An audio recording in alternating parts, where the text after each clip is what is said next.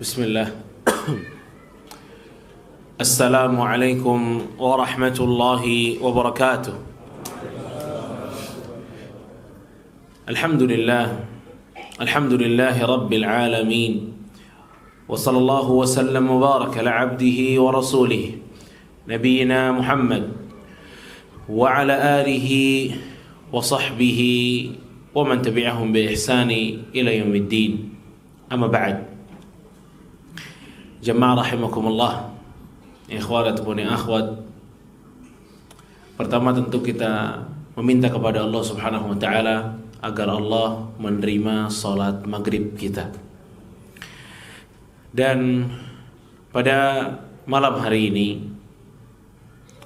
saya ingin membacakan satu hadis yang diriwayatkan oleh Al-Imam Muslim rahimahullahu taala di dalam kitab sahihnya.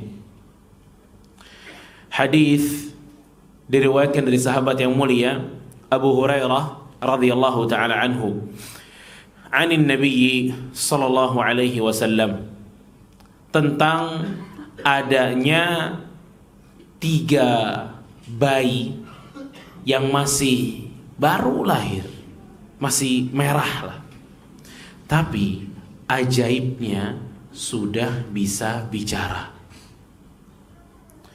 Rasulullah SAW mengatakan, lam yatakallam fil mahdi illa 3. Bayi yang bisa berbicara cuma 3, kata Rasul. Isa ibnu Maryam alaihi salam, Nabi Isa. Wa sahibu Juraij, bayi yang ada dalam kisah Juraij. Kisah siapa? Juraij. Ya. Nah, pada saat kisah Juraij ini, Nabi SAW menceritakan kisahnya, dan ini akan menjadi fokus kita pada malam hari ini. Kata Nabi SAW, kana Juraij rajulan abidan fattakhadha sawma'ah. Jadi si Juraij ini, jamaah sekalian, dia ini hidup di masa sebelum Nabi SAW, di masa Bani Israel. Dan dia ini abid, ahli ibadah, orang saleh. Dan Juraij ini karena saleh, karena suka ibadah, dia bikin sawma'ah, kuil atau tempat ibadahnya dialah. Tapi nggak mungkin di kota, di gunung adanya, di tempat yang lebih atas, agar tidak terganggu ibadahnya. Dibikin di situ namanya sawma'ah. Nah, Juraij itu menghabiskan banyak dari harinya di situ.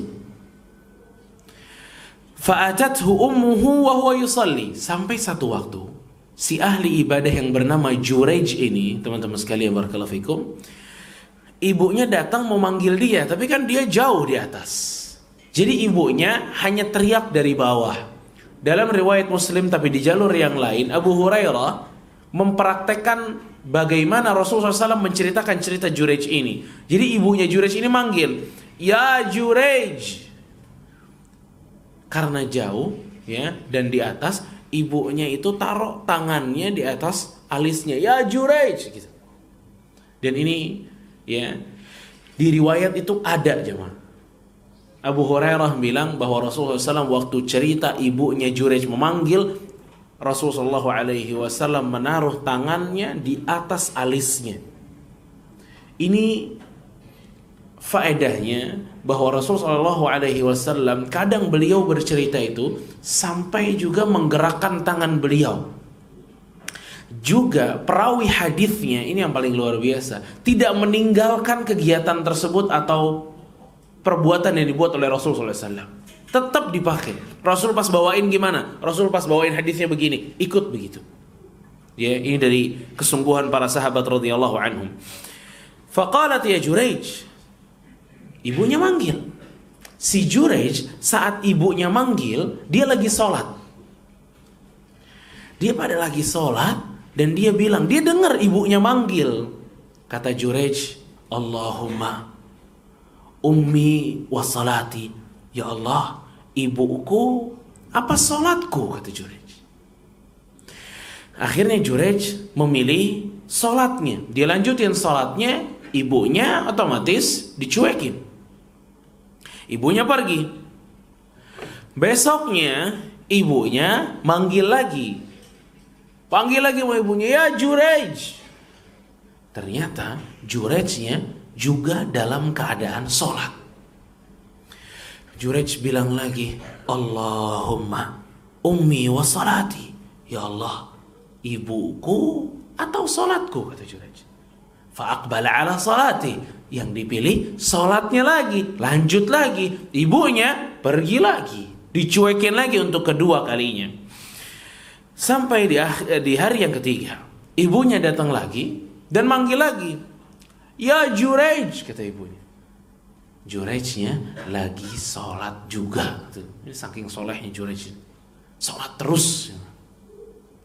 Dia bilang lagi, Allahumma ummi wa salati. Ya Allah, ibuku apa sholatku, kata Jurej. Fa'aqbala ala salati. Tetap yang dipilih oleh Jurej itu sholatnya. Dilanjutin sholatnya. Maka di situ di kali yang ketiga ibunya emosi. Ibunya kesel. Ya. Memang ini bukan kebiasaan Jurej memang. Biasanya Jurej emang kalau dipanggil datang. Cuma ini pada saat beliau sholat ini.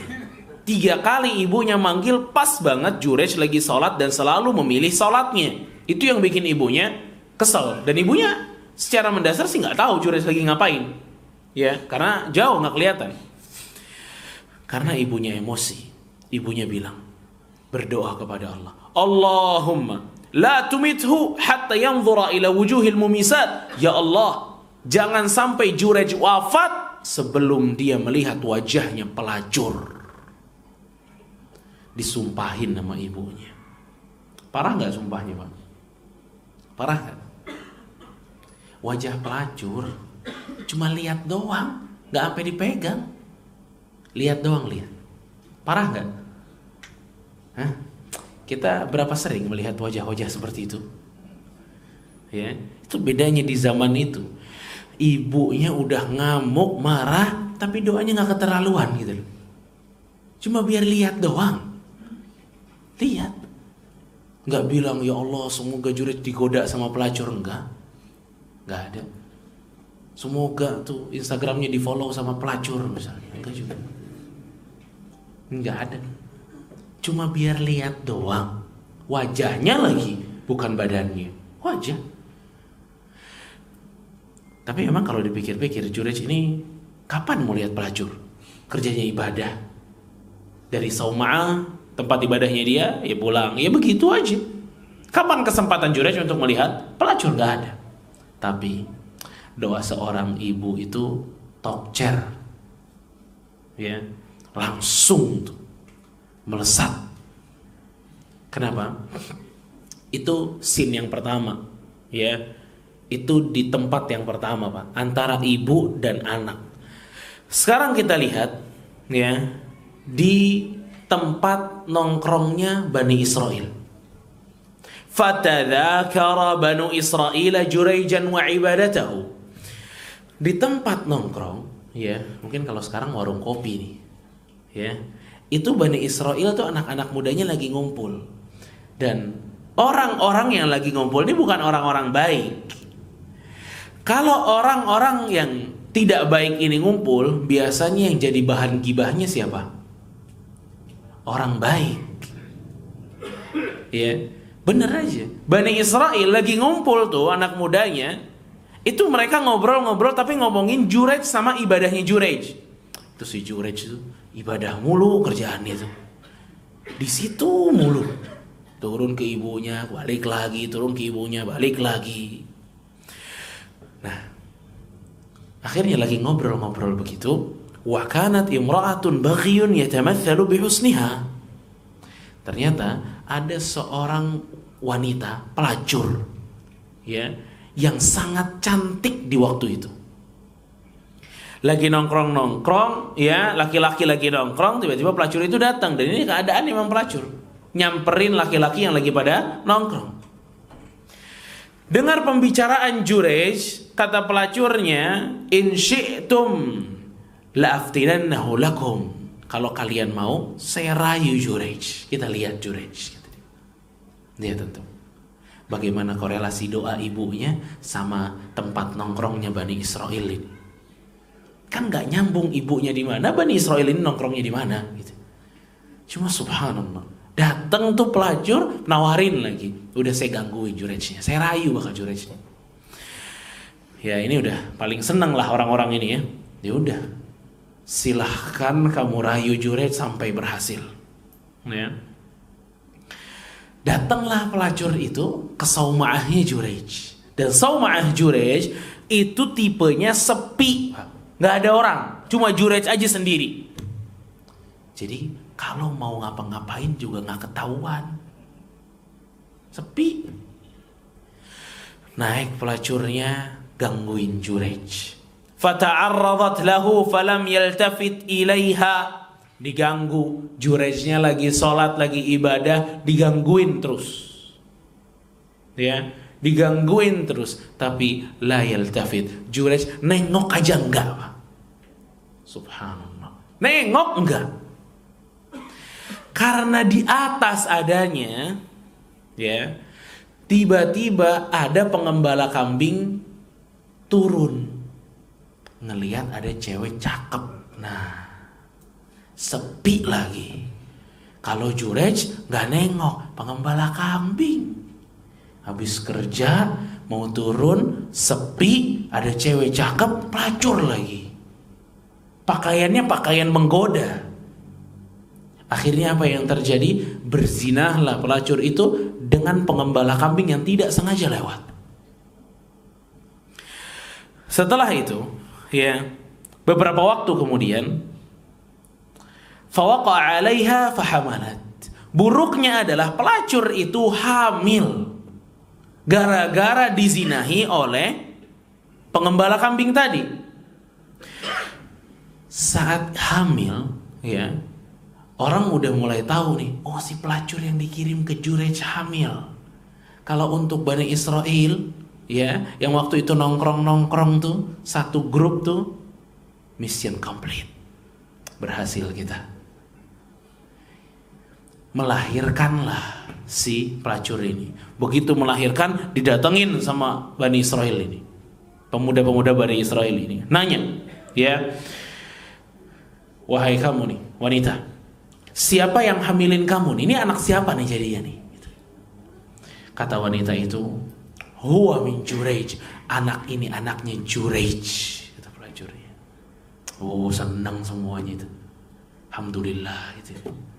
Kena juga si Jurej. Akhirnya tanpa panjang lebar, mereka bersiap-siap naik ke Sauma'ah atau tempat ibadahnya Jurej dan akan menghancurkan tempat ibadahnya Jurej. Naik mereka. Naik, Jurejnya digebukin sama dia. Masjidnya, kuilnya itu dihancurin semuanya. Ya. Nah, Jurej yang lagi asik beribadah, tiba-tiba orang datang gebukin dia. Kata Jurej, masya'nukum, kenapa nih, ada apa? Kata Jurej. Qalu zanait, kamu nih udah berzina dengan seorang pelacur, dan pelacur itu hamil, anakmu ada di bawah. Kata mereka. Kata Jurej, aina sabi, mana? Saya gak pernah berzina. Ya, kalau bahasa kita, ibadah cewek lewat dimbat juga gitu. Ya, ngelihat cewek nggak kuat juga, ke masjid mulu, zina juga lanjut gitu. Ya, inilah kurang lebih yang dikatakan oleh Bani Israel kepada Jurej. Ya, akhirnya Jurej ini jamaah sekalian barakallahu fikum nanya, aina sabi, ayo mana tuh bayinya mana? Faja'u bihi, maka akhirnya datanglah bayi tersebut dan Jurej pun ke bawah. Ya. Pada saat di bawah, ya, Jurej sudah melihat anaknya dan akhirnya bertanya, ya. Sebelum itu, Jurej bilang kepada orang-orang yang ada di situ, "Da'uni usalli." Saya sholat dulu, baru setelah itu hakimi saya, kata Jurej. Kita lihat buktinya. Saya sholat dulu Jurej. Lihat tuh, orang soleh. Begitu kena masalah, ngapain? Sholat, Pak. Ini kurang ahli ibadah apa Jurej? Sholat Jurej. Sholat. Setelah dia salat, falamma ansaraf atas-sabiyya. Setelah itu Jurayj datang ke anak bayi tersebut yang bersama dengan ibunya. Lihat juga akhirnya wajahnya pelacur. Jurayj nunjuk perutnya si bayi lalu mengatakan, "Ya ghulam, man abuk?" Nah, bapakmu siapa? Kata Jurayj. Anak baru lahir beberapa jam. Paling bisa nangis. Ditanya sama Jurayj, "Nah, bapakmu siapa?" Apa yang terjadi? Anaknya bicara. Bayi yang merah ini bicara. "Bapakku pengembala kambing." Lihat. Maka setelah orang-orang Bani Israel itu mendengar bahwa bayi ini diajak ngobrol sama Jurayj bicara, dan jadi bukti satu-satunya bahwa yang menzinai si pelacur ini adalah pengembala kambing, bukan Jurayj. Apa yang terjadi? Fa aqbalu ala Jurayj yuqabbiluna wa yatamassahuna bihi. Langsung mereka minta maaf sama Jurayj. Maafin ya, maafin. Mereka ciumin tangannya Jurayj. Mereka usap Jurayjnya. Maaf, ampun. Gitu. Ya, udah kepalang Pak, udah digebukin, dihancurin lagi tuh rumah ibadahnya Jurayj. Wa qalu nabni laka sawma'ataka min adh-dhahab. Tenang Jurayj, kami buatin lagi tempat ibadahnya dari emas. Udah merasa bersalah banget nih orang. Kata Jurayj, la u'iduha min tin kama kanat. Enggak, udah. Buatkan lagi dengan tanah aja, biasa lagi aja. Makanya dibuatin lagi dan berjalan kehidupan. Para jamaah rahimakumullah, itu cerita singkat tentang Jurayj. Dan kita bisa melihat faedah yang begitu banyak tentang si Jurayj ini, jamaah sekalian.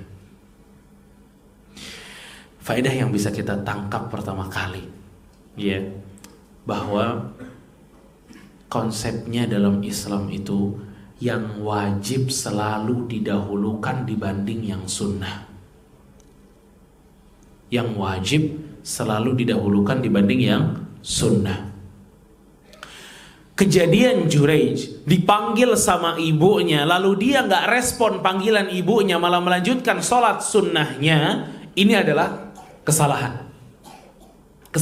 Kenapa kesalahan?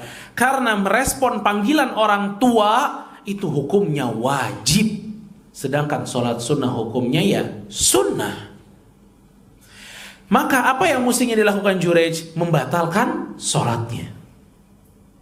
Makanya pelajaran besar juga buat kita, bahwa kalau orang tua kita manggil dan kita lagi sholat sunnah, batalkan sholatnya, respon orang tua. Kalau sholat sunnah ya, bukan sholat wajib. Kecuali kata Syekh Muhammad bin Shalih Al-Utsaimin rahimahullah, kecuali kita lagi sholat sunnah, orang tua kita manggil dan kita tahu posisinya bukan posisi yang urgent. Kita boleh mengeraskan suara sholat kita, jadi orang tua kita tahu kita sholat. Ya, misal kita lagi baca Al-Fatihah, kita kencengin Al-Fatihahnya agar orang tua kita tahu kita lagi sholat. Dan pada saat orang tua kita tahu kita lagi sholat, dia pun udah nggak manggil lagi, berarti nggak urgent. Ya, tapi kalau dia masih manggil, batalkan sholatnya, respon panggilan orang tua. Ya, karena yang wajib didahulukan dibanding yang sunnah. Ini konsep besar teman-teman sekalian nih. Waduh, ini nggak boleh sampai lupa bahwa yang wajib selalu dikedepankan dibanding yang sunnah. Pasti itu. Makanya salah satu contoh lah, kita kalau sholat berjamaah, ya, kita sebagai makmum itu kadang kita sujud, ya, sujud terutama di terakhir tuh, sujud terakhir. Ya, kita di sujud terakhir biasanya berdoa.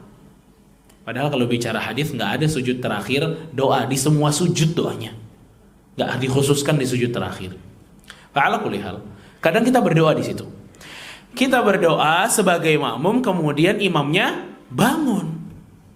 Imamnya bangun sudah Allahu Akbar. Nggak sedikit kita lihat orang yang sholat itu tetap sujud aja. Baik, coba kita lihat. Berdoa saat sujud itu hukumnya apa? Sunnah. Mengikuti imam hukumnya wajib tuh.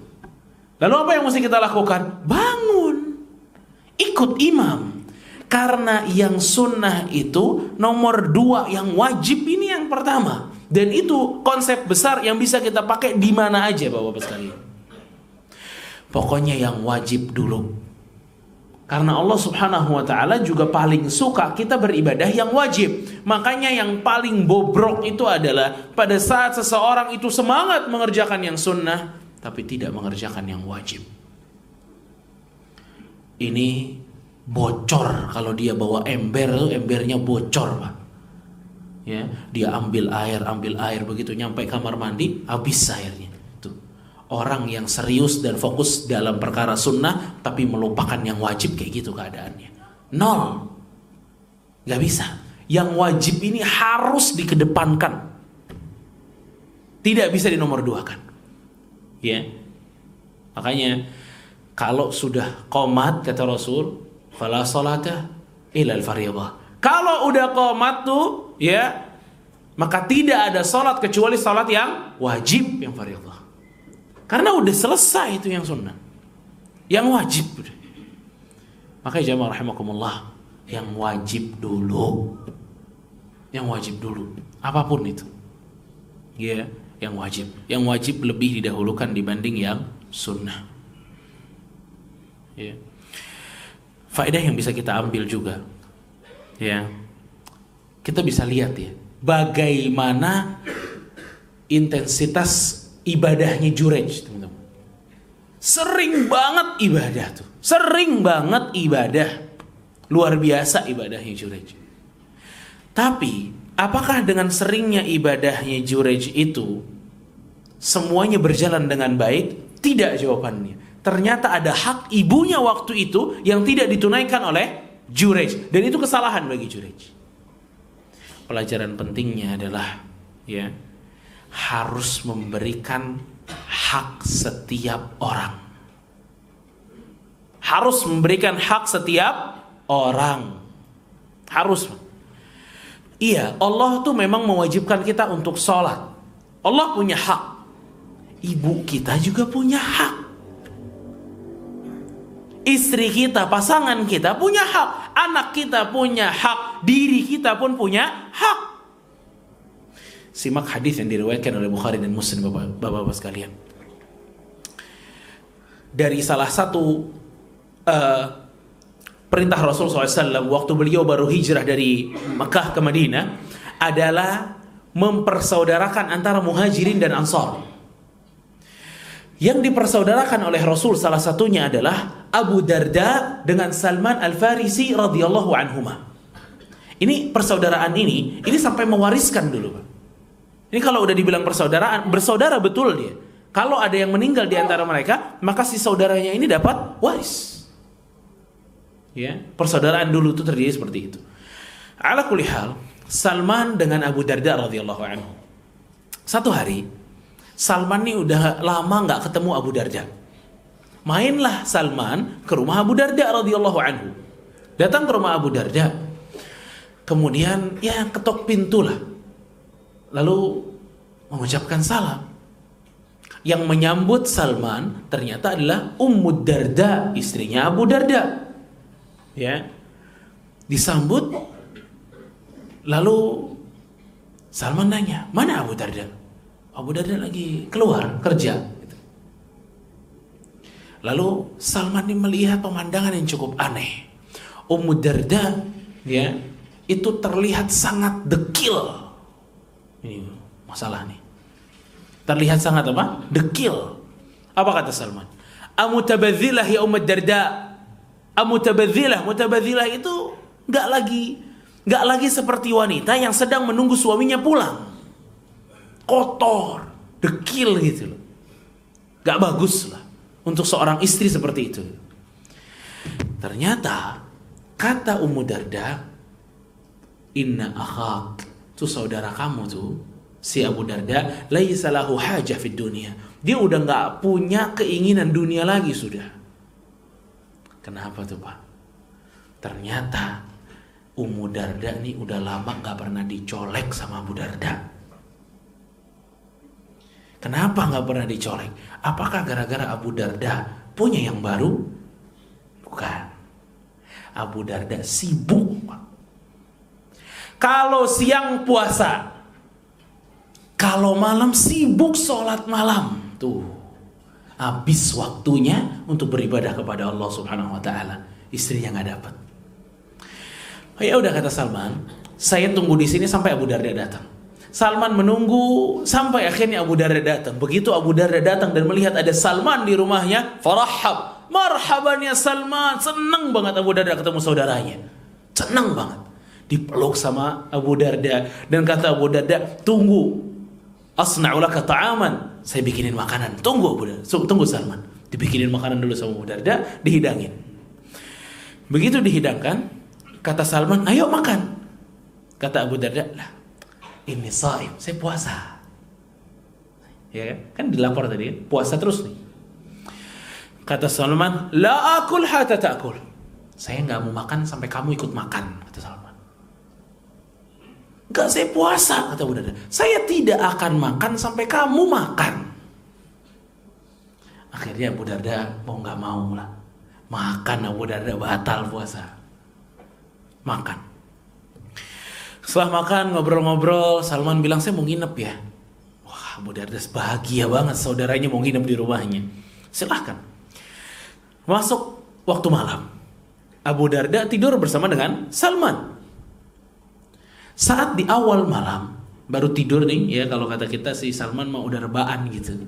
Udah baring dia. Udah baring, ternyata Abu Darda bukan ikut baring, sholat. Bangun mau sholat, ditarik sama Salman. "Tidur," kata Salman. Abu Darda kayaknya rada takut juga sama Salman.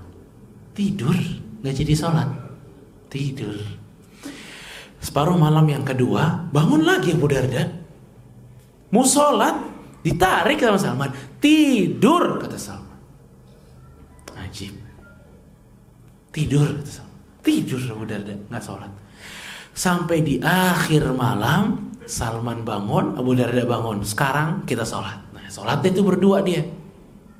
Sampai masuk, setelah sholat, masuklah waktu subuh. Sebelum berangkat ke masjid, Salman bilang ke Abu Darda, ini pelajaran pentingnya. "Ya Abu Darda, inna li rabbika alaika haqqa, wa inna li nafsika alaika haqqa, wa inna li ahlika alaika haqqa.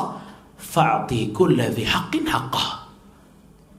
Abu Darda, sesungguhnya Allah memang punya hak atas dirimu. Badanmu juga punya hak atas dirimu. Keluargamu, istrimu juga punya hak atas dirimu. Dalam riwayat yang lain, wa inna dhaifika alaika haqqa.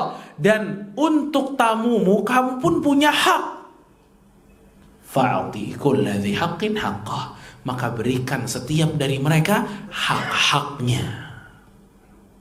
Waduh, konsep besar banget yang dibilang Salman. Salat subuh, ketemu Rasul, langsung Abu Darda curhat. "Ya Rasulullah, Salman nginep rumah. Ceritanya begini. Dan Salman bilang bahwa Allah punya hak, badanku punya hak, istriku punya hak." Dan apa yang dikatakan Salman? Apa respon Rasul sallallahu alaihi wasallam? Kata Rasul sallallahu alaihi wasallam, "Sadaqa Salman." Benar tuh Salman. "Inna li rabbika alaika haqqa." Abu Darda, Allah punya hak, dirimu punya hak, istrimu punya hak, anakmu punya hak, tamumu pun punya hak. Subhanallah. Itu melihat jemaah rahimakumullah, bagaimana lengkapnya Islam ini, luar biasa. Allah gak nyuruh kita 24 jam beribadah sholat terus, enggak. Semua ada porsi-porsinya. Abu Darda, ya, dia miss atau luput hak istrinya, bahkan hak badannya, itu karena apa? Ibadah. Karena ibadah, karena kebanyakan ibadah, jadwal ibadahnya padat banget sampai melupakan hak dirinya. Puasa terus nggak pernah enggak gitu. Sholat malam terus nggak pernah tidur. Istrinya nggak dicolek. Karena kebanyakan apa? Ibadah. Tapi apakah cara seperti ini dibenarkan? Enggak benar. Salah Abu Darda di situ. Salah. Orang seperti Abu Darda yang terluputkan dari Abu Darda itu hak dirinya dan hak istrinya karena ibadah, salah. Lalu gimana kalau ada seorang suami terluputkan hak istrinya bukan karena ibadah? Kebanyakan nongkrong misalnya, pulang malam terus. Istrinya bilang, suamiku sepertinya tidak ada keinginan dunia lagi. Padahal nongkrong ngomonginnya dunia terus. Beda sama Abu Darda. Abu Darda nih Masya Allah ibadah terus. Ini banyak suami-suami ya yang terluputkan hak istrinya itu gara-gara nongkrong aja di warung kopi, ya, minum sanger. Oh, udah lupa semuanya, ya, udah enak, udah sama teman ngobrol udah asik. Istrinya nunggu di rumah, anaknya nunggu di rumah. Patokan listrik habis pak, bentar, belum beres ini. Listrik udah mau mati, udah tunggu tenang. Anak sakit tunggu sebentar lagi. Betapa banyak hak yang terlalaikan di situ. Benar. Abu Darda dimarahin gara-gara banyakan ibadah luput dengan hak yang lain. Gimana yang ini kasusnya? Ibadah enggak, hak juga nggak bisa dipenuhi. Pernikahan itu kan amanah, Bapak. Amanah. Ya. Maka orang yang seperti ini tidak amanah. Yang melalaikan hak orang. Ada yang kerja terus. Wa inna li rabbika 'alaika haqqa, Allah punya hak. Ini gara-gara kerja terus, sholat juga bolong-bolong. Full isinya kerja. Kalau ditanya kenapa kerja terus, buat keluarga. Ini juga nggak boleh. Allah punya hak di situ. Bukan keluarga doang. Jadi waktu kita sebagai manusia bukan hanya diberikan kepada keluarga, tapi juga harus diberikan kepada Allah, kepada diri kita. Istirahat. Itu harus seperti itu keadaannya. Bahkan kepada tamu, kata Rasul.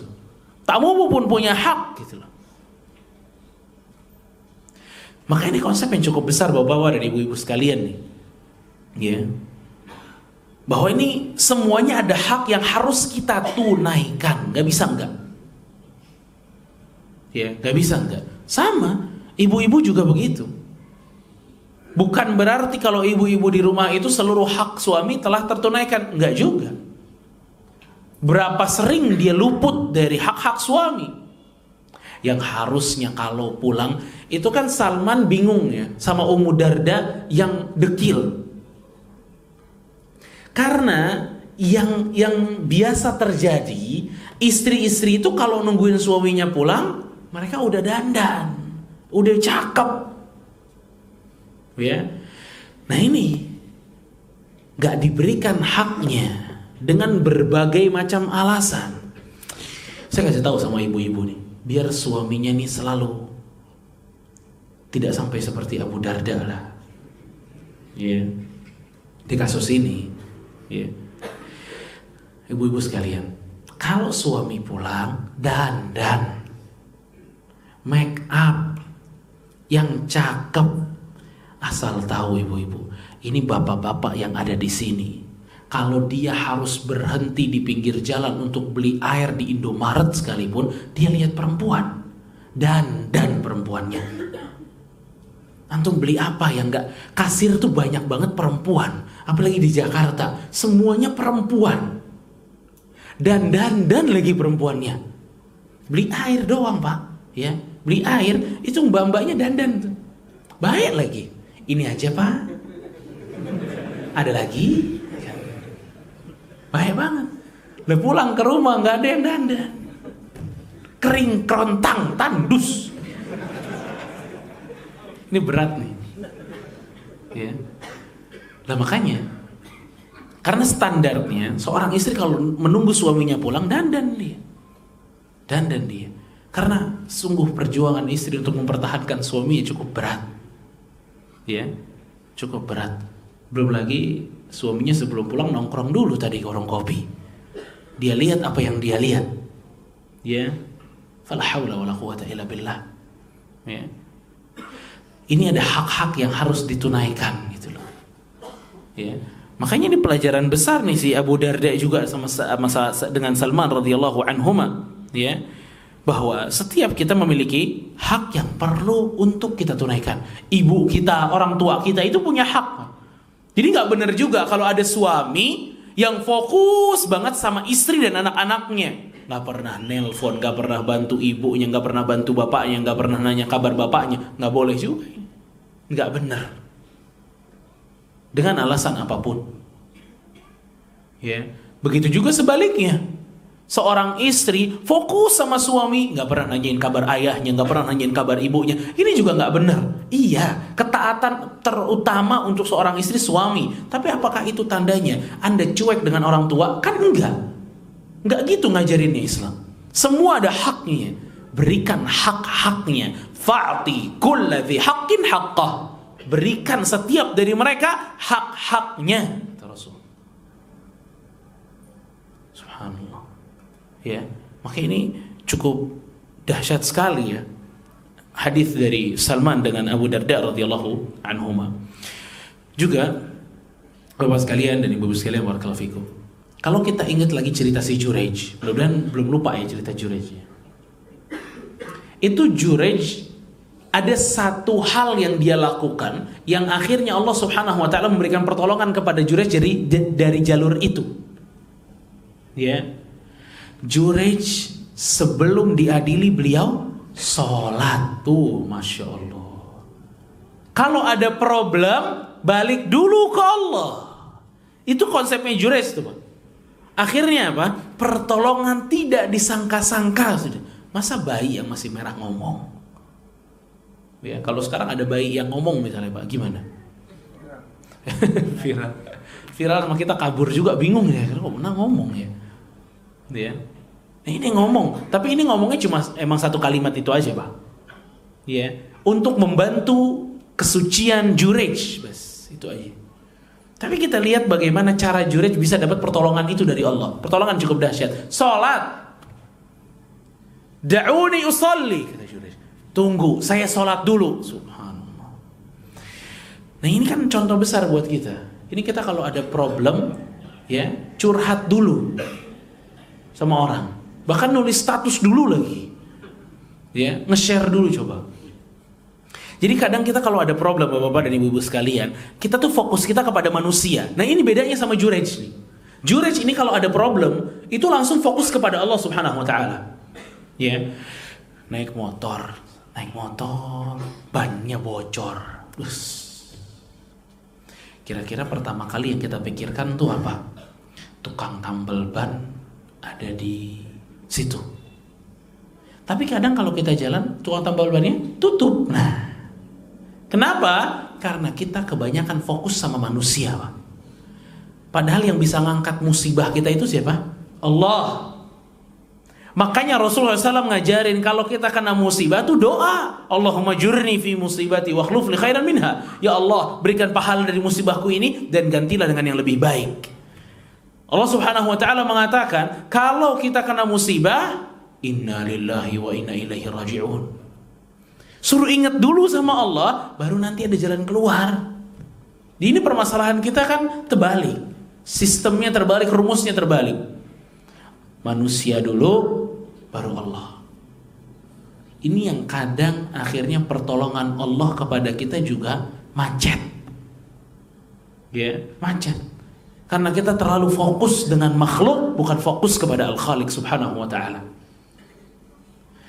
Nabi yang dimakan sama ikan, Nabi siapa Pak?